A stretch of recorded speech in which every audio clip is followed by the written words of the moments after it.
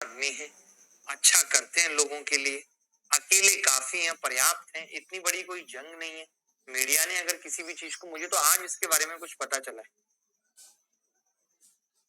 अब जो यहाँ पे लड़के हैं उनको पढ़ाई लिखाई से कोई मतलब नहीं है। मैं कोई मीडिया हूँ या कुछ हूँ, या मेरे बोलने से किसी चीज का सॉल्यूशन वाकई में निकल सकता है, और सॉल्यूशन की बात ही अलग है। कोई प्रॉब्लम ही नहीं है, सॉल्यूशन कैसे निकले?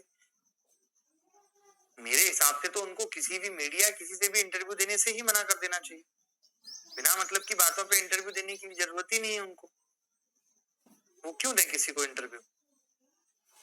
तो मुझे आज ही इसके बारे में पता चला, जब मैंने आप सबके कमेंट देखे तब मुझे इसका आइडिया हुआ कि ऐसा कुछ चल रहा है। बाकी मैं आज खान सर को भी कॉल करके बात कर लूंगा, उनको भी पूछूंगा कि सर क्या चल रहा है, क्या बात थी। क्योंकि यहाँ देखिए पढ़ाई की बातें हो रही हैं, हमें भी इतने साल यूट्यूब पे हो गए, हमने भी बड़े, चाहे आज हमने बेरोजगारी को लेके आंदोलन किया हो, किसी भी चीज को लेके आंदोलन किया हो, आप जानते हैं, मोदी साहब के लिए हो, गवर्नमेंट के लिए हो, हमने बड़े ही नपे तुले शब्दों का इस्तेमाल करके अपनी बात को रखा है। तो मैं सर से भी गुजारिश करूंगा कि इतनी सब बातें आगे ना हो इस चीज के लिए।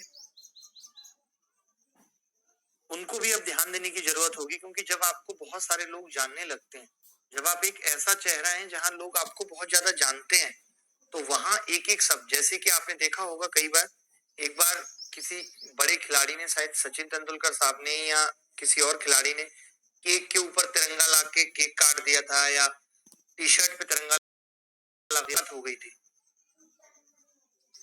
हाँ, तो क्या होता है कि जब आपका ओहदा बहुत बड़ा हो जाता है तो आपका एक एक शब्द बहुत मायने रखता है। वो शब्द तोड़ मड़ोड़ के भी पेश का भी हो। आज देश में इतने सारे लोग महान हैं, बड़े हैं, तो हमें क्या होता है कि फिर अपने उस चीज से, जैसे हम हैं, पहले ऑफलाइन क्लासेस के अंदर कुछ भी मजाक कर दिया, चल गया।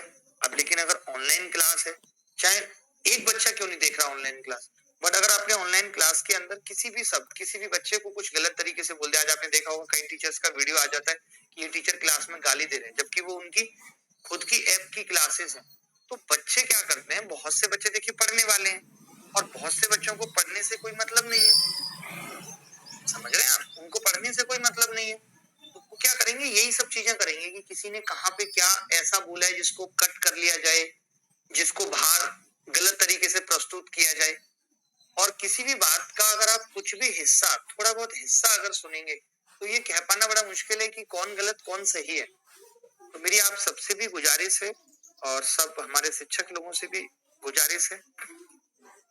ठीक है, मैं बात करता हूँ एक बार, मैं खुद ही, आज ही मुझे इस मुद्दे के बारे में पता चला, क्योंकि मैं पिछले 1-1.5 महीने से टीवी बिल्कुल भी नहीं देख रहा, और पहले भी नहीं देखता था। बीच में मैंने कोरोना के टाइम पे ही 1 महीना टीवी देखी, तब मैंने देखा इतनी नेगेटिविटी है, इतनी अजीबोगरीब डिबेट है, तो मैंने टीवी देखना फिर से बंद कर दिया। मैं जहाँ रहता हूँ इस फ्लोर पे कहीं टीवी नहीं है, तो इसीलिए मुझे पता नहीं चला। जब आज मैं आपके कमेंट और मैसेज देखे तो मुझे पता चला।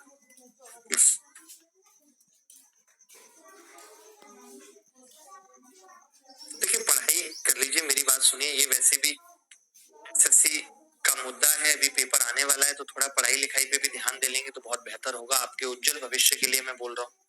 बाकी सबका भविष्य सेट है, आप अपना भविष्य अगर थोड़ा सा देख लेंगे तो बात बन जाएगी, और किसी के भी साथ कुछ गलत नहीं होगा।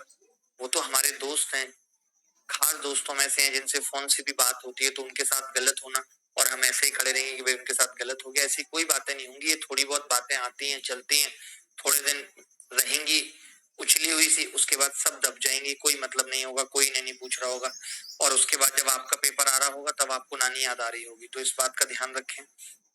मैं यही कहूंगा आपसे कि पढ़ाई करें, पढ़ाई बहुत जरूरी है। तो एक तो हमने कहा कि A+B+C 180 डिग्री है, 10A+10B+10C बराबर 10A10B10C है। देखिए, मैं हमेशा से एक चीज कहता हूँ कि देखिए, हम चाहे किसी पार्टी की बात करें, मुझे बोलना ही पड़ेगा 2 मिनट, हम किसी की भी बात करें, हम ये कह देते हैं, बहुत सारे लोग ये कह देते हैं, और बहुत सारी महान हस्तियां उनको ट्वीट करती हैं, रिट्वीट करती हैं कि ऐसा हो गया, भारत को हिंदू राष्ट्र होना चाहिए।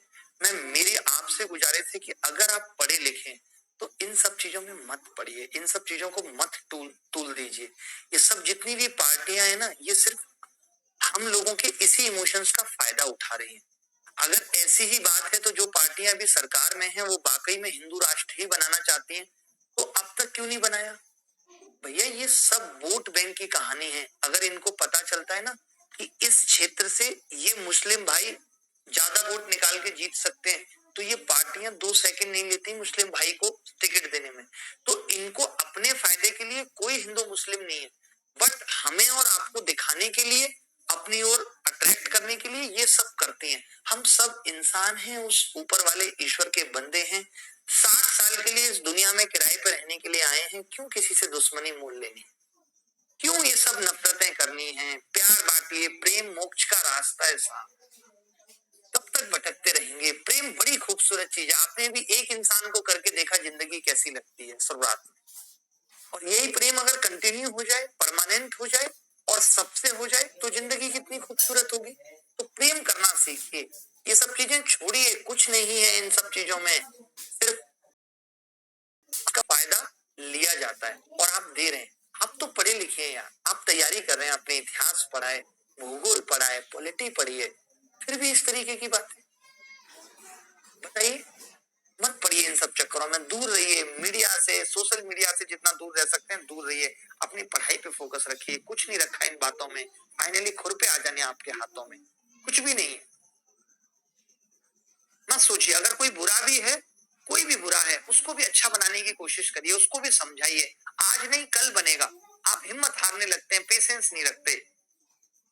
हर एक आदमी को हमें अच्छा बनाना है।